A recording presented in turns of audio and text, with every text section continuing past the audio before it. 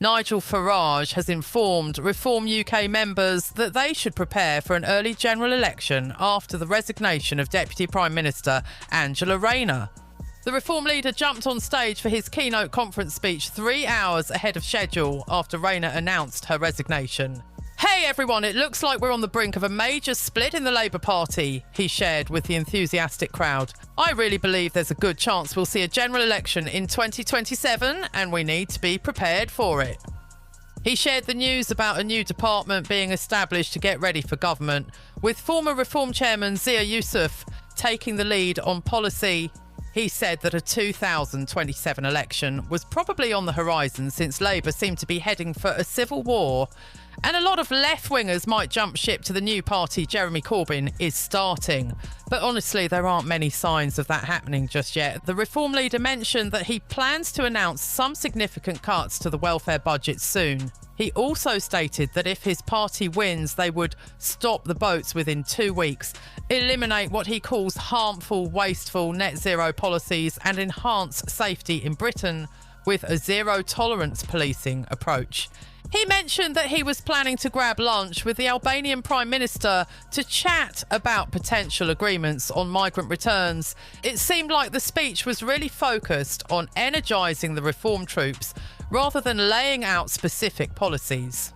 He was trying to take advantage of the party's recent wins in local elections and their steady lead in the national opinion polls. "We're all like ships sailing on a beautiful turquoise tide, getting closer and closer to winning the next general election," he said to the supporters who had gathered in the hall 3 hours earlier than planned thanks to the Birmingham venue's public address system. In a surprising twist, he paused his speech to bring Nadine Dorries into the spotlight. She recently switched to Reform on Thursday and took a moment to share her thoughts. The ex-Tory Culture Secretary, much like Farage, is no stranger to the "I'm a celebrity" jungle. When they hit the stage, they were welcomed with a burst of glitter from the cannons. She shared with the cheering crowd.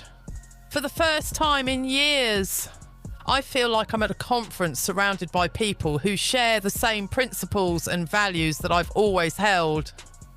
This event is way bigger than the past Reform gatherings, bringing together thousands of activists and a whole bunch of corporate lobbyists. Reform is looking to incorporate some aspects of US political rallies into their conference. And when he got back on stage, Farage didn't hold back from using a phrase from Donald Trump.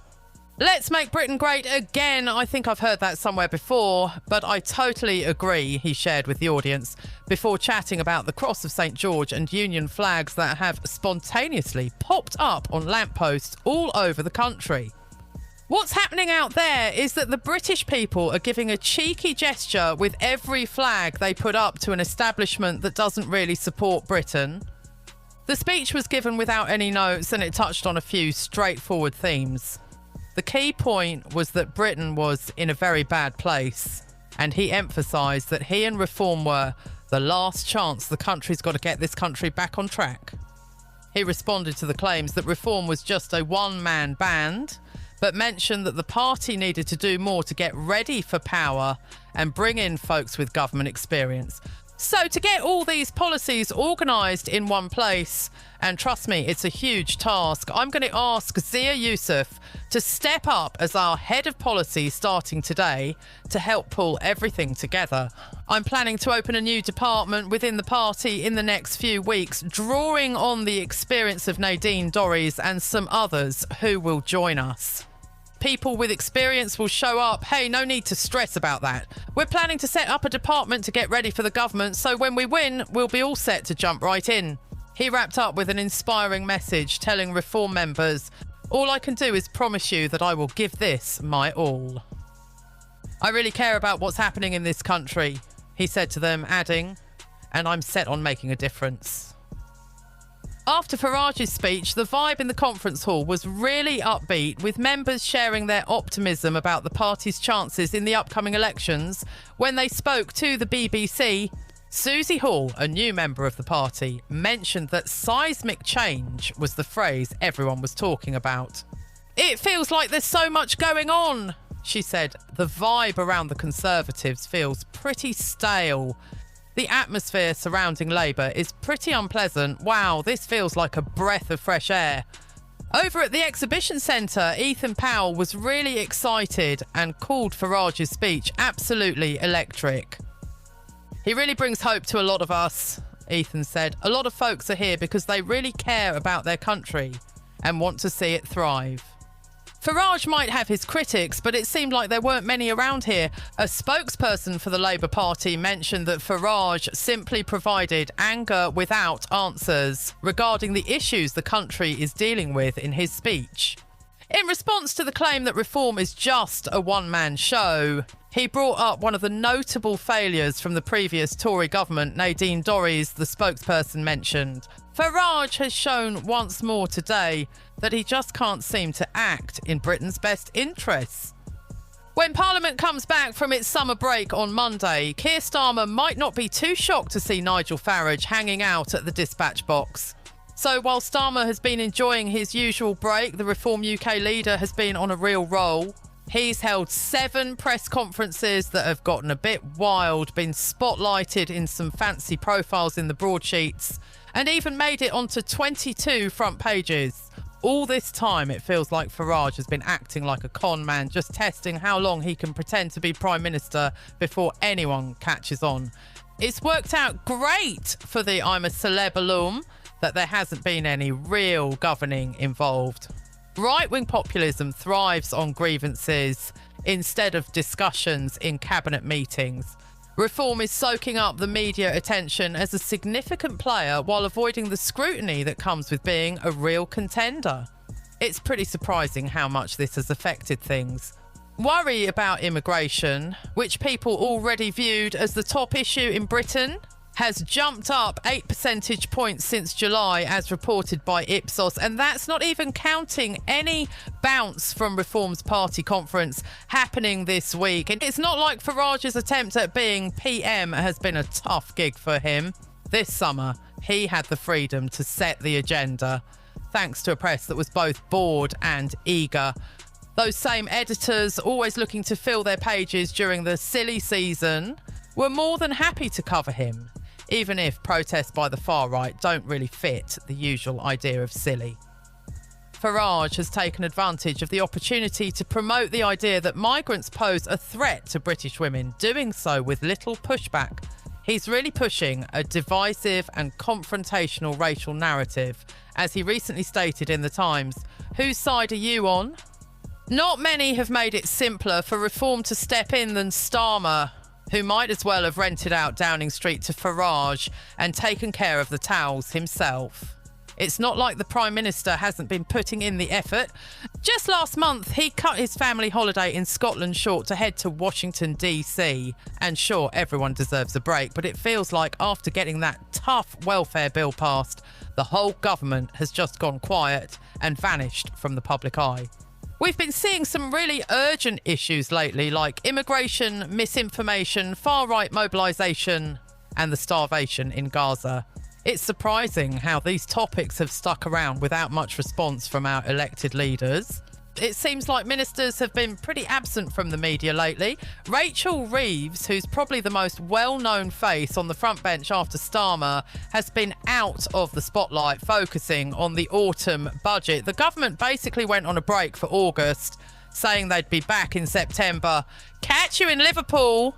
And then I just let the inbox fill up. It's been made even more complicated because whenever Labour has decided to speak up this summer, they've done it on Reform's terms.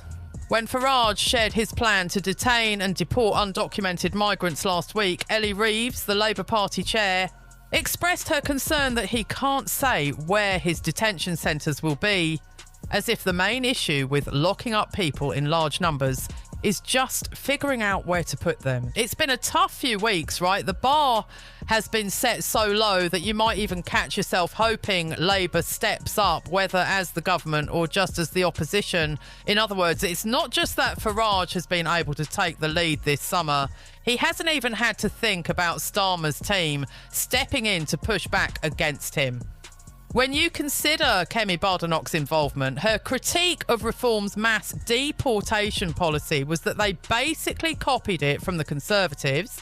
You end up with a political class that seems to have surrendered its defences to the hard right, or at least isn't even pretending anymore. We're getting a front row seat to see where this leads a society. So on Saturday, there was this group of masked guys who tried to break into a hotel that's housing asylum seekers in West London. Labour's summer has really shown this indifference and inaction. It's surprising to see a government that was elected on a landslide just a year ago acting like a tired spectator, seemingly at the mercy of the political winds, or whatever direction Farage and the media decide to take them. It feels like there's this blend of defeat and hopelessness surrounding the situation, both regarding the voters and the country as a whole. There's this idea floating around, especially from the right, that Britain is becoming lawless, broken and overrun, almost like it's already a lost cause. The Labour right always seems to have this go-to excuse. At the end of the day, what really counts is being electable, but that's not really going well.